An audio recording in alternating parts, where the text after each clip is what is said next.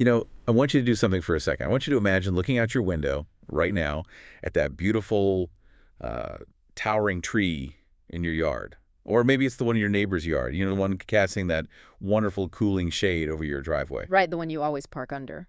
Exactly. It looks majestic, right? It looks entirely permanent. I mean, it looks like a monument to nature that has been sitting there since long before you moved in, and it feels like it will be there long after you leave. Oh, for sure. But I want to completely flip the script on you today. Yeah. What if that magnificent piece of nature isn't a monument at all? What if it's actually, a 2-ton liability? What if it is, quite literally, a ticking time bomb, just waiting for the exact right combination of wind and saturated soil to go off? It is a profoundly unsettling thought, isn't it? It really is. Because we are so deeply conditioned to view trees as these benevolent, protective entities. We plant them to mark milestones in our lives. We build tree houses and their branches for our children. Right, we seek out specific neighborhoods entirely because they have these lush, mature canopies. Exactly. But when you really strip away the romanticism, a massive tree hovering 60 feet over your roof is an incredibly complex, dynamic, and potentially destructive physical structure. Wow. Yeah, I mean, it is a structure subjected to intense physical forces every single day. Okay, let's unpack this, because we are moving far beyond the serene idea of a backyard oasis today. We're stepping directly into the high-stakes reality of property management, physics, and biology. We are looking at a masterclass of a guide put together by John Constantine of Tree Service Perfection out of West Covina, California. And what is so brilliant about this material isn't just that it tells you how to cut down a tree. It fundamentally changes how you look at the landscape around your home. It really does. It changes everything. We're going to use this as our lens to explore the hidden mechanics of why trees fail, the terrifying legal and financial cascade that follows when they do, and the intense engineering required to safely dismantle them. Because whether you are listening from Southern California or halfway across the world, if you have a giant organism looming over your roof, you are playing a game of structural roulette. And that is exactly the right framework, because my initial reaction when reading through these sources was a realization that this is not a conversation about chainsaws or wood chips or basic landscaping. No, not at all. What we are really exploring is a fascinating intersection of microclimates, structural engineering, tort law, and urban forestry. I mean, we are looking at the biology of these organisms and how they conflict with the concrete environments we force them into. Which is wild when you think about it. Right. Before we can even begin to understand the mechanics of removing a tree, we really have to understand the biological and environmental warfare these trees are engaged in every single day. Let's dive right into that environmental warfare, because the reality, particularly in a place like West Covina, is brutal. We are talking about a Mediterranean climate. Now, to the average person, a Mediterranean climate sounds lovely. Yeah. You think of endless sunshine, mild winters, maybe a gentle breeze. But for a massive biological structure that requires, hundreds of gallons of water a week to maintain its cellular integrity, that climate is a cycle of extreme, punishing stress. It absolutely is. Let's look at the mechanics of that stress for a second. You have searing summer heat that literally bakes the soil. When you say bakes, And when we say bakes, we mean it alters the physical composition of the dirt, the soil compacts, it turns almost to concrete. oh, wow. Yeah, and it deprives those deep anchoring root systems of essential moisture and oxygen. The tree acts as this massive hydraulic pump, pulling water from the ground and transpiring it through its leaves to stay cool. But when the ground is big dry, that hydraulic system begins to cavitate. The tree is struggling, its cellular structure is weakened, it is fundamentally parched, and then, the season violently flips. The El Nino winter storm. Exactly, you get these sudden torrential El Nino winter storms. And this is where the physics of the soil completely changes, right? Yeah. Because the ground goes from being bone dry and hard as a rock to being completely saturated. It's like turning a brick into a wet sponge in a matter of days. Yeah. And I imagine that completely changes how the tree is anchored. Precisely. To understand why a tree falls, you have to understand root friction. Yep. A tree doesn't just stand up because it's heavy. It stands up because millions of tiny root hairs are gripping the soil particles around them, creating massive friction. Oh, interesting. Yeah, so when the ground turns to a sponge, the water acts as a lubricant between the soil particles and the roots. It's like greasing the traps. Exactly. The friction coefficient drops to near zero. It loosens the very foundation that is supposed to be keeping 50,000 pounds of wood upright. The soil literally loses its grip. That is terrifying. It is. So now you have a physically weakened, drought-stressed tree sitting in a pool of wet, unstable lubricating mud. And then comes the final devastating blow, the Santa Ana wines. Ah, the notorious Santa Ana wines. The source material talks about how these high-pressure weather systems sweep down from the Great Basin. They compress and heat up as they drop through the San Gabriel Mountains every fall. Right. And when they whip down the I-10 corridor and hit places like West Covina, we are not talking about a gentle autumn breeze. We are talking about a destructive, physical force hitting a massive biological sail. What's fascinating here is the aerodynamics of the canopy. Aerodynamics. Yeah, because a healthy, well-hydrated tree is supple. Its branches are designed to bend and spill the wind. But remember the summer drought we just talked about? Right, they're parched. Exactly. Those branches are now brittle. They have lost their elasticity. So when a 50-mile-per-hour gust hits a dense, brittle canopy, the wind doesn't pass through. It hits it like a solid wall. Wow. And all that kinetic energy transfers straight down the trunk to that lubricated, unstable root system we just mentioned. Heavy trunks split under the torsion. Weak branches snap without any warning whatsoever. The environmental cycle is actively working to dismantle the tree. I'm going to push back on this a little bit, though. Because aren't trees literally designed by millions of years of evolution to survive wind and rain? That's a fair question. I mean, they are some of the oldest living things on the planet. Why are they suddenly so fragile just because they are in a residential backyard? It feels like we are taking a wild animal, putting it in a tiny cage, and then acting shocked when it acts destructively. Are we just putting the wrong trees in the wrong environment? You've hit the nail on the head with that analogy. The wild animal in a cage perfectly describes the biological mismatch happening in our yards. Really? Yes. A tree is perfectly evolved to survive in its native habitat. Let's take the eucalyptus, for example, which the guide specifically calls out as a highly problematic species planted decades ago in West Covina. Okay. In its native Australia, it grows in wide-open spaces. Its roots spread vast distances to find water. And if it drops a massive 2-ton limb during a drought, which they do naturally to conserve water, a phenomenon literally called summer branch drop. They just drop limbs on purpose. Oh, yeah, to survive. And when they do that in the wild, that limb falls harmlessly onto the forest floor. The organic matter decays, returns nutrients to the soil, and the ecosystem thrives. But in a suburban yard. Exactly. In a suburban yard, you take that fast-growing, massive organism, and you confine its root system to a small lot. You surround it with concrete driveways and sidewalks that restrict water flow and oxygen exchange. You put it in non-native soil, and you artificially irrigate it with sprinklers that encourage shallow root growth rather than deep anchoring roots. You are structurally compromising it from day one. Wow, so it's doomed from the start. Essentially, yes. The tree isn't failing at being a tree. The artificial urban environment we forced it into is fundamentally incompatible with its biology. When that eucalyptus performs its natural summer branch drop in an urban environment, it doesn't hit a forest floor. It hits a master bedroom or a parked car or a power line. That makes incredible sense. We've taken them out of the forest, amputated their natural root spread with our foundations and driveways, and then we're shocked when they act like wild things. Exactly. So if the environment is actively trying to take these trees down, how do you, as a homeowner, actually know when a tree is losing that battle? The guide is adamant that you shouldn't just wait for a massive crash. There's a whole pathology of a dying tree, a sequence of symptoms that a homeowner needs to recognize. Right. And it doesn't start with the tree just falling over. It starts much earlier. It does. It starts with microscopic failures that eventually manifest as massive structural deficits. The most obvious yet most frequently ignored symptom is when sections of the canopy simply die. Just dead leaves up top. Yeah. People look at a tree with a few dead, leafless branches at the top and think, oh, it's just going through a phase or it'll bounce back in the spring.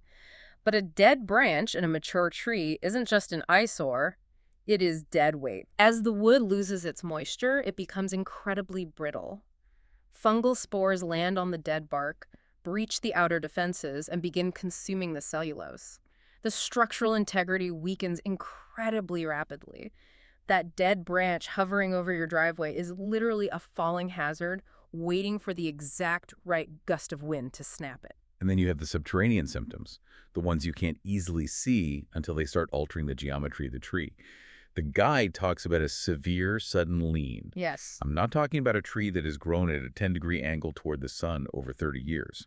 I mean, the tree has adapted its wood growth, what arborists call reaction wood, to support that gradual angle. Right, that's natural. We are talking about a tree that was straight last year, and after a heavy El Nino rain is suddenly leaning 15 degrees towards your house. If we connect this to the bigger picture of soil mechanics we discussed earlier, a sudden lean is terrifying.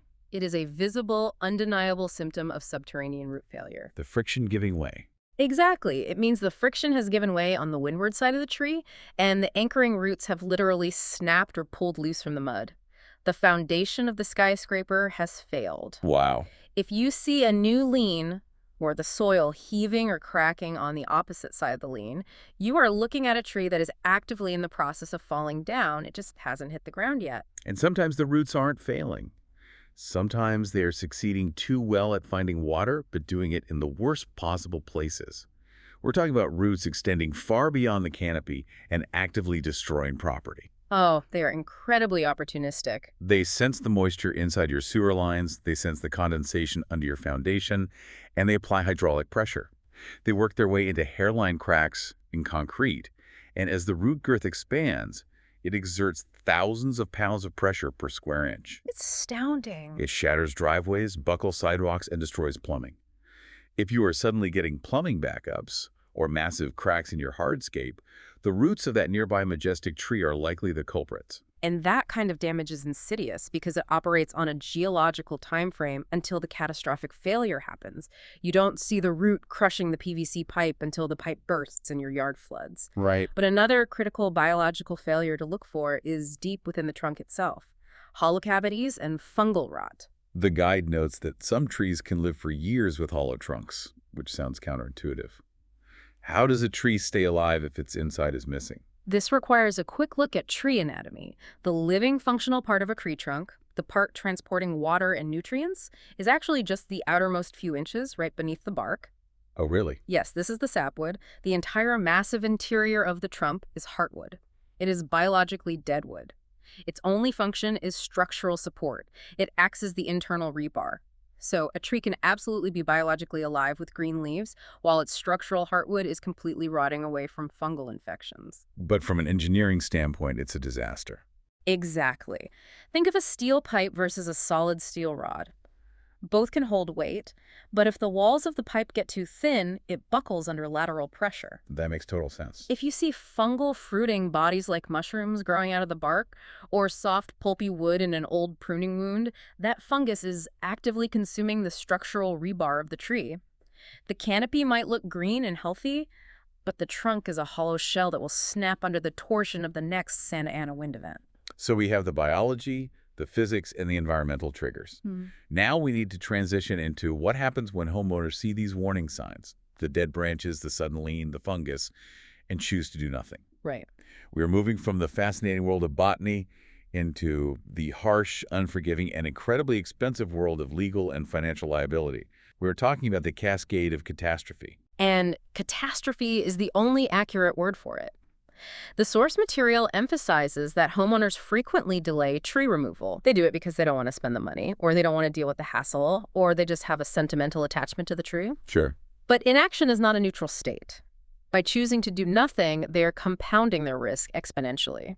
Let's start with the sheer kinetic energy of property damage. We aren't talking about a few scratched roof tiles. No, we are talking about thousands of pounds of dense wood falling from a height of 40 or 50 feet. The kinetic energy of a massive limb hitting a roof doesn't just break shingles. It shatters the structural trusses of the house. It completely crushes vehicles flat. It obliterates cinder block walls.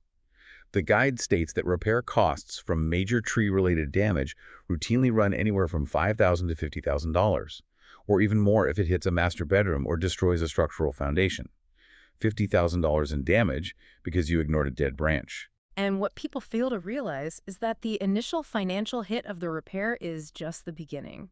The legal and insurance nightmare that follows is where things get truly destructive. How so? Well, in California and in most jurisdictions, tort law regarding trees is remarkably clear. It revolves around the concept of a duty of care. Duty of care. Right. If your tree falls and damages your neighbor's property, and it was a healthy tree knocked over by an unforeseeable freak weather event, an act of God, you generally aren't liable. But if you knew, or should have known, that the tree was hazardous, dying, or dead, and you did nothing, you are fully liable for the damages. You have breached your duty of care. Let me make sure I'm understanding this perfectly, because this is a massive, massive point for anyone listening. Okay. If my healthy tree falls on my house during a hurricane, my homeowner's insurance covers it. But if I know it has fungal rot and it has a sudden lien and I do nothing and then it falls on my neighbor's house, I might be on the hook entirely out of pocket. That is exactly like driving a car with cut brake lines.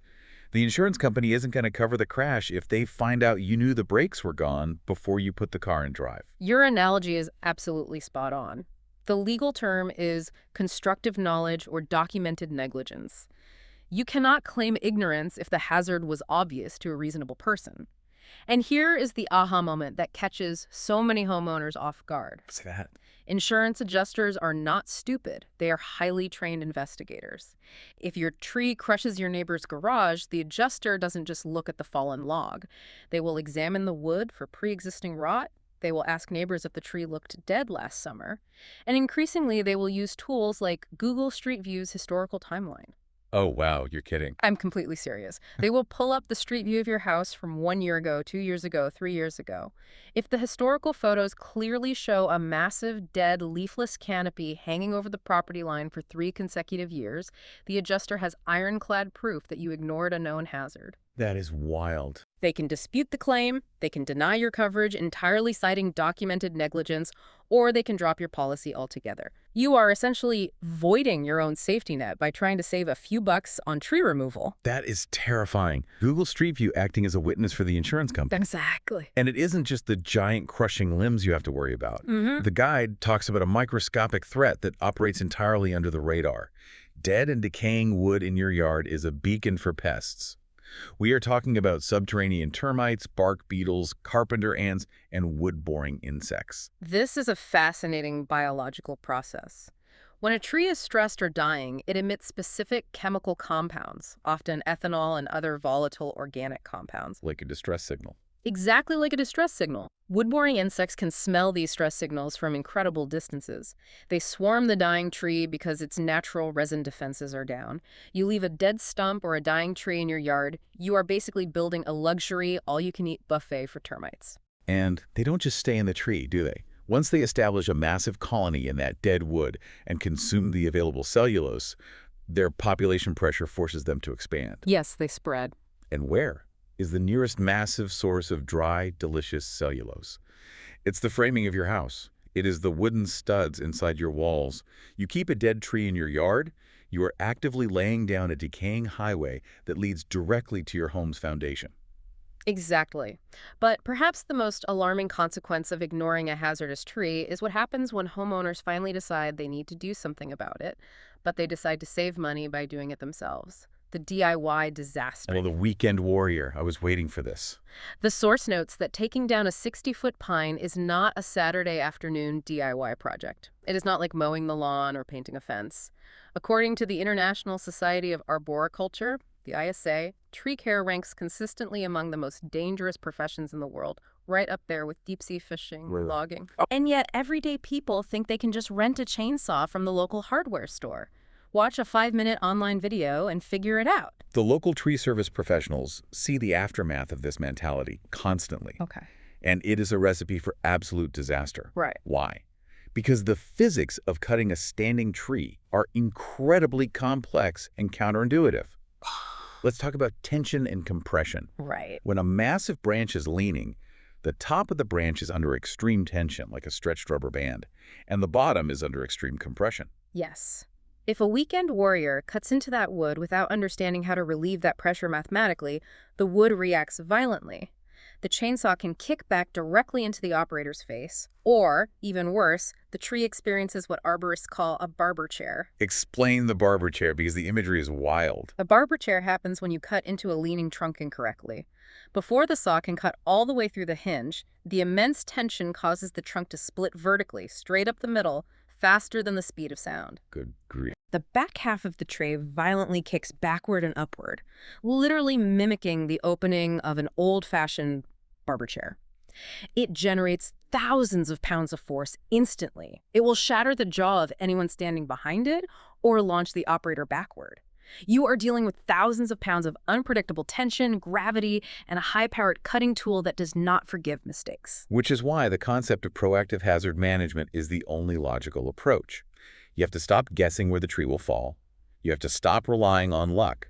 Because when that massive trunk starts to split or that limb cracks, it is already too late to call for help. Absolutely. You need professionals who understand the physics of wood under tension, who can assess, mitigate, and dismantle the hazard before the weather forces the issue. Precisely. Okay, so let's say you're listening to this, you look out your window, you see the dead branches, you understand the devastating liability of Google Street View, proving your negligence, and you make the smart choice.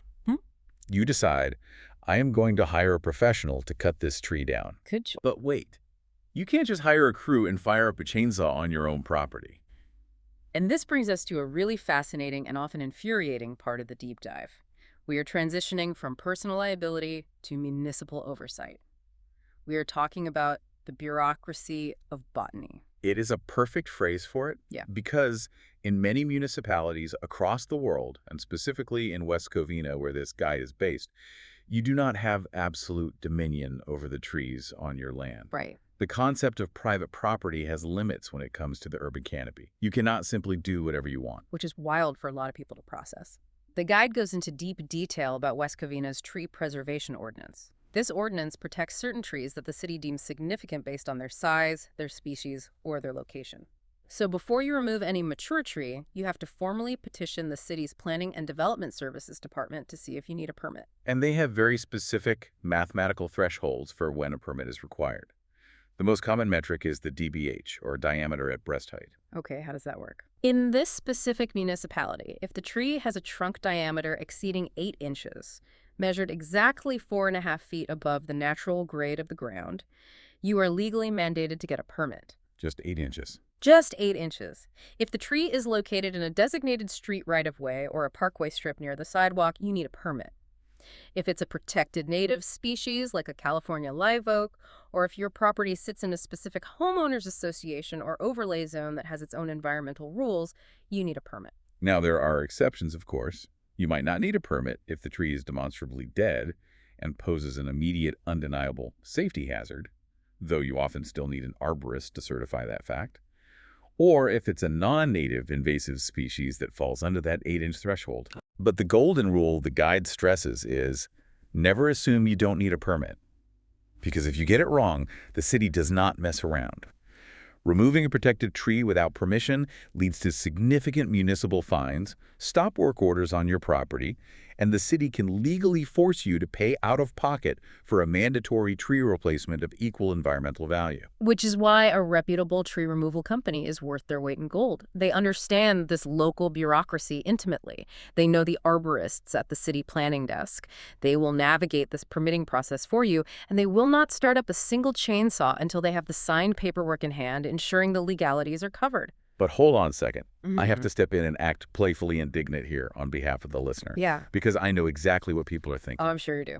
I bought the house, I pay the exorbitant mortgage, I pay the property taxes every year. If I want to build a deck, it's my yard. But the city gets to tell me I can't cut down a piece of wood in my own backyard just because it's 8 inches wide. Right. That feels like a massive bureaucratic overreach of local government, doesn't it? Why does the city care what I do with a biological structure on my private deeded property? It is a profoundly common frustration, Yeah. and understandably so. But if we connect this to the bigger picture of urban planning and environmental economics, there is a deep, mathematically sound logic behind these preservation ordinances. Really? I'm listening. It comes down to the concept of the urban canopy and the ecosystem services it provides. The trees in a neighborhood do not just benefit the person who owns the exact square foot of dirt they sit on. They provide immense, measurable, shared value to the entire community. Shared value. Break that down. What kind of value we're talking about? Let's start with thermodynamics. We talked earlier about transpiration, how trees release water vapor. A mature canopy actively cools the surrounding air. It shades the black asphalt of the streets, preventing it from absorbing and radiating solar heat. Okay. This is mitigating the urban heat island effect. If one person cuts down a massive shade tree, the ambient temperature of that specific street can rise by several degrees. That increases the air conditioning costs for all the surrounding neighbors. Oh, wow. I've never thought about it like a shared utility. It absolutely is. And consider stormwater management. A mature oak tree can intercept and absorb thousands of gallons of rainwater during one of those El Nino storms. Its root system holds the soil together, preventing erosion.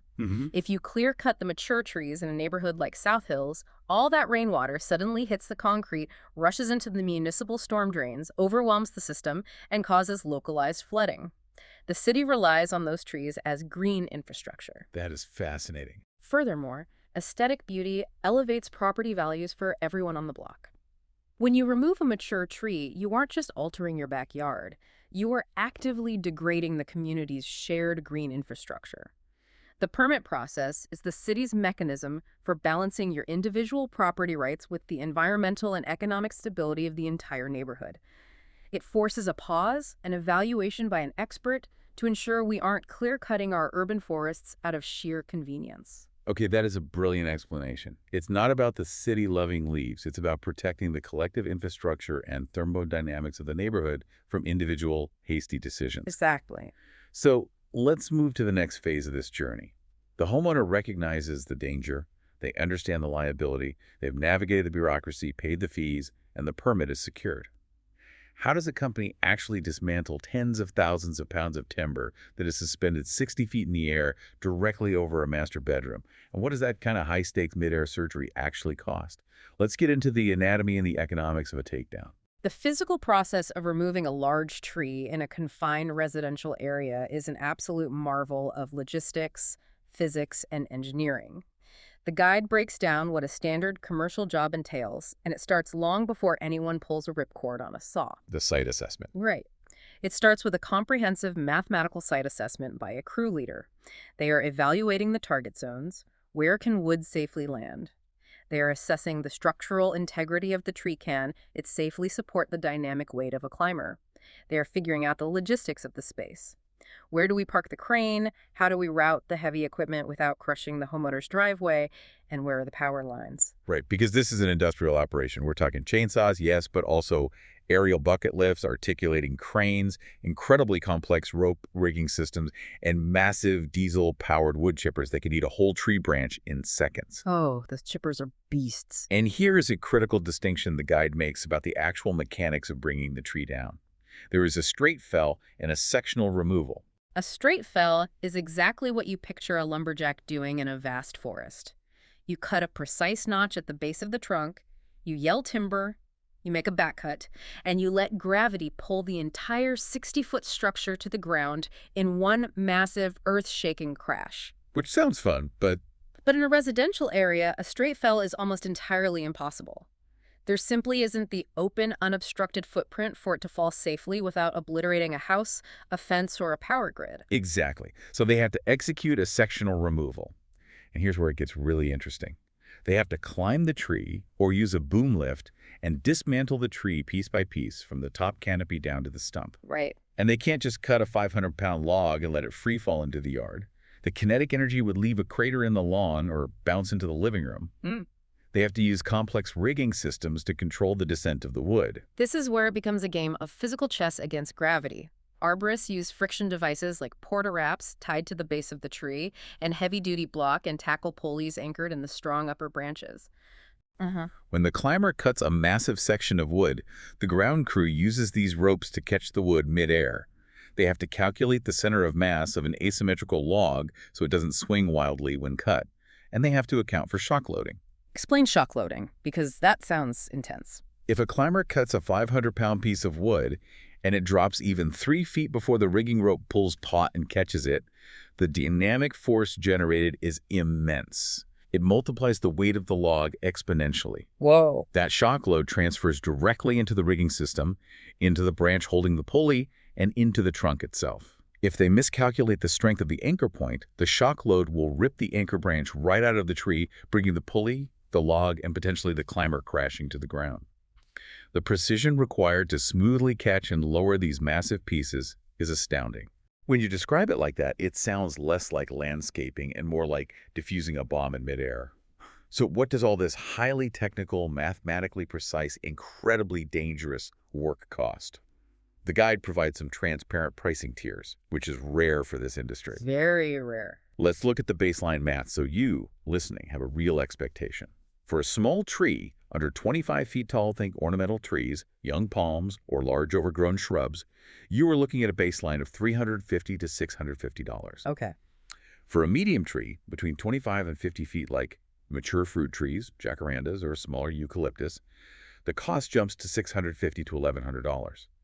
For a large tree, between 50 and 75 feet, these are your big shade trees, older palms, medium eucalyptus, the price is $1,100 to $1,500.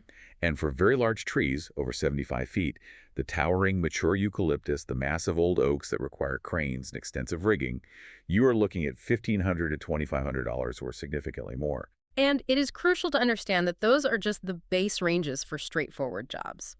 The guide outlines several massive cost multipliers that drive the price up. Proximity to power lines or structures is a major one. Oh, absolutely. If a tree is draped over high-voltage lines, the crew has to work infinitely slower. They use specialized insulated tools, they make much smaller cuts, and the rigging is far more complex. Time is money.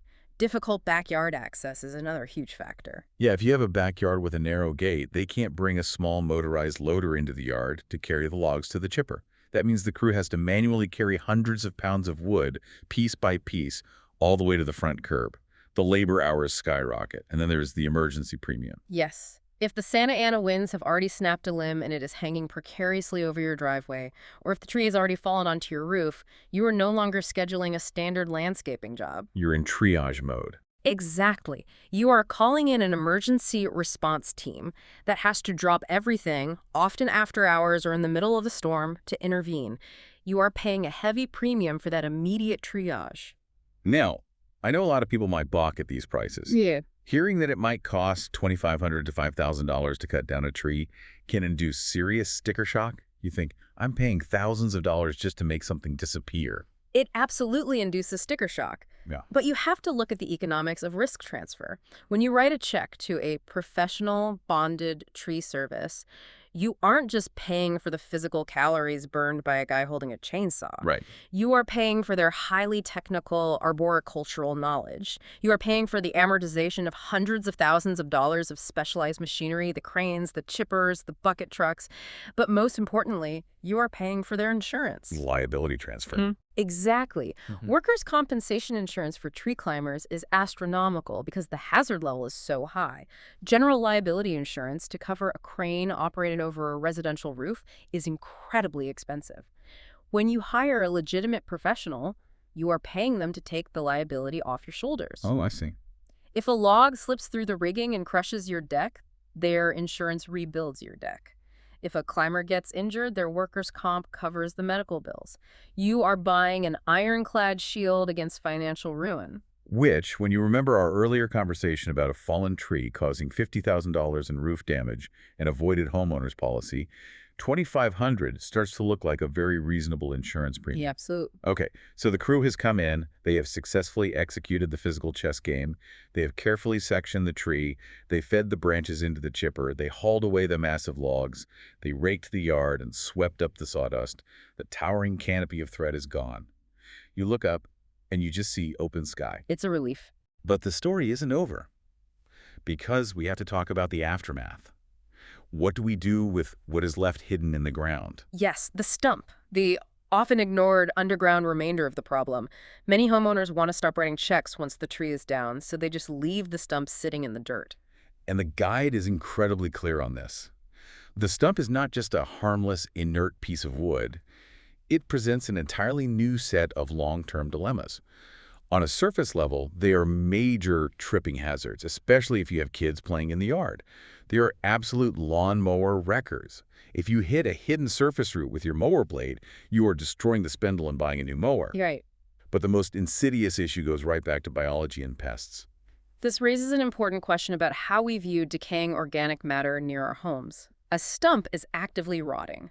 It is dead cellulose sitting directly in the soil. As the wood breaks down, it alters the soil chemistry around it. It does. Yeah, it draws massive amounts of nitrogen out of the surrounding soil to fuel the fungal decay process, which kills the grass and plants nearby. But more importantly, it is a massive magnet for carpenter ants, subterranean termites, and wood-boring beetles. You might look at a stump at the back of your yard and think, well, it's far away from the house. Who cares if bugs eat it? But the bugs don't stay there. We talked about this. That stump isn't just a block of wood on the surface. It is attached to a massive subterranean root system that spreads across your entire yard. Precisely. As those underground roots slowly rot away, they create physical channels in the soil. It is a decaying highway system. Termites find the stump, establish a massive colony, follow the decaying roots like a road map directly toward your home's foundation, and when the root wood runs out, they transition straight into your framing. You have to deal with the stump. And there are two main methodologies to do it: stump grinding versus full removal. Let's break down the mechanical difference because homeowners are going to be offered both options. Stump grinding is exactly what it sounds like. The crew brings in a specific machine with a massive high-speed rotating cutting wheel covered in carbide teeth. Those things are powerful. They drive it over the stump and physically grind the solid wood into a pile of mulch, usually going 6 to 12 inches below the surface grade of the soil.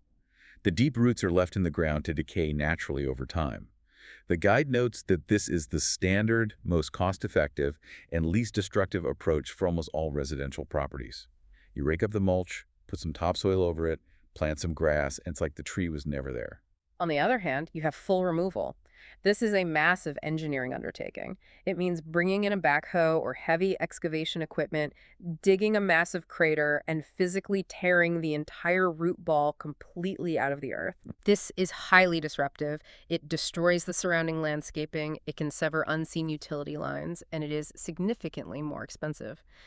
The guide advises that full removal is really only necessary in very specific construction situations, like if you are pouring a new concrete foundation for an addition or excavating to install a swimming pool in the exact spot where the tree used to be.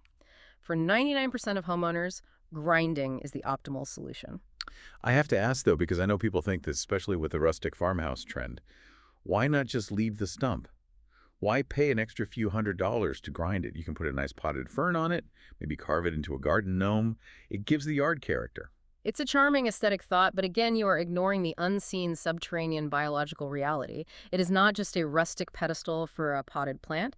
It is an active pest incubator. You are giving termites a beachhead on your property. Leaving it is just inviting future, far more expensive exterminator bills into your home. Grind the stump. Point taken. No rustic pest incubators in the yard. Grind the stump. Now, looking to the future, how can we avoid this drastic, expensive, terrifying removal process for the other trees on our property? Because the goal isn't to live on a barren patch of dirt. The guide has an excellent section on triage, the choice between trimming and removal. Not every tree needs a death sentence, right? Absolutely not. And a reputable ISA-certified arborist does not want to cut down a healthy tree. Their goal is preservation.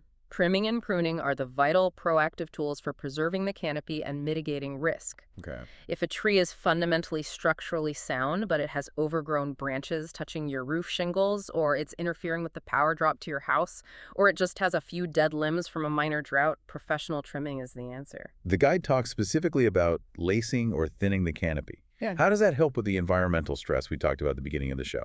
It goes back to the aerodynamics. Routine professional trimming improves the light penetration through the canopy, allowing the inner branches to thrive. It improves the weight distribution and structural balance of the tree. But crucially, in a place like West Covina with the Santa Ana wines, it reduces wind resistance. I see. By removing select branches, you increase the porosity of the canopy. When the high winds blow through a properly thinned canopy, the wind passes through the gaps rather than hitting it like a solid, rigid sail. You drastically reduce the torsion force on the trunk and the root system. You are making the tree aerodynamic so it can survive the storm. That makes perfect sense. You are literally engineering the canopy to spill the wind. Removal is the absolute last resort. It is strictly reserved for trees that are biologically dead, severely diseased with internal rot, structurally compromised beyond recovery, or actively destroying the foundation of a home. Right. And if you do need to remove a tree, or even just heavily trim it, it's their biological best time of year to do it. The guide notes that in a mild Mediterranean climate like Southern California, tree removal can technically be done year-round. However, late fall and winter are heavily preferred. Why is that? This is tied to the biological cycle of the tree. During the winter, most trees enter a state of dormancy. The sap stops flowing heavily, and deciduous trees drop their leaves. Less foliage means the tree is physically lighter, making the rigging and removal safer. It makes the internal branch structure easier to see and navigate for the climbing crew, and a dormant tree is less susceptible to shock if you're just doing a heavy prune. So what does this all mean? We have covered an immense amount of ground today, peeling back the layers of something most of us just walk past every day. We started by looking at the brutal environmental warfare, the extreme summer heat, the root-loosening El Nino rains, the aerodynamic punishment of the Santa Ana winds that actively work to weaken these massive structures. We really went deep. We explored the subtle, microscopic signs of failure. The dead limbs, the sudden lean, the fungal rot eating the hardwood. We looked at the terrifying financial and legal liabilities of ignoring those signs, the $50,000 repair bills, the legal concept of documented negligence, the insurance adjusters using Google Street View against you, and the subterranean termite highways. And we navigated the municipal bureaucracy, understanding why cities protect the thermodynamics and shared green infrastructure of the urban canopy with strict preservation ordinances.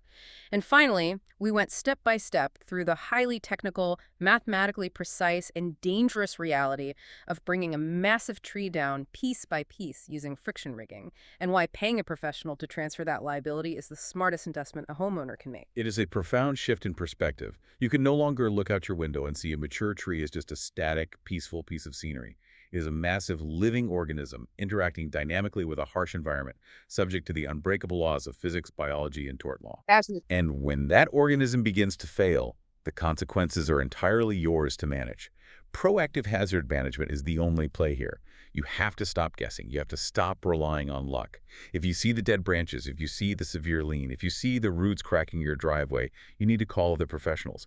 Do it before the Santa Ana ones make the decision for you, and do it before you convince yourself that renting a chainsaw for the weekend is a good idea. If there's one overarching thing to take away from this deep dive, it is a fundamental reframing of how we view our property and our safety. We spend so much time, energy, and money securing our homes. We fix the roof, we upgrade the locks, we install smart alarm systems and reinforced doors. Right, we do. We view our homes as our ultimate, impenetrable shelter against the elements and the chaos of the outside world. But I want to leave you with a thought to mull over as you go about your day. Take a moment today and look out your window at that beautiful, towering canopy swaying over your roof. Is it possible that the biggest, most destructive threat to your shelter isn't a storm or a break-in, but actually the majestic, silent giant you've been ignoring in your own backyard?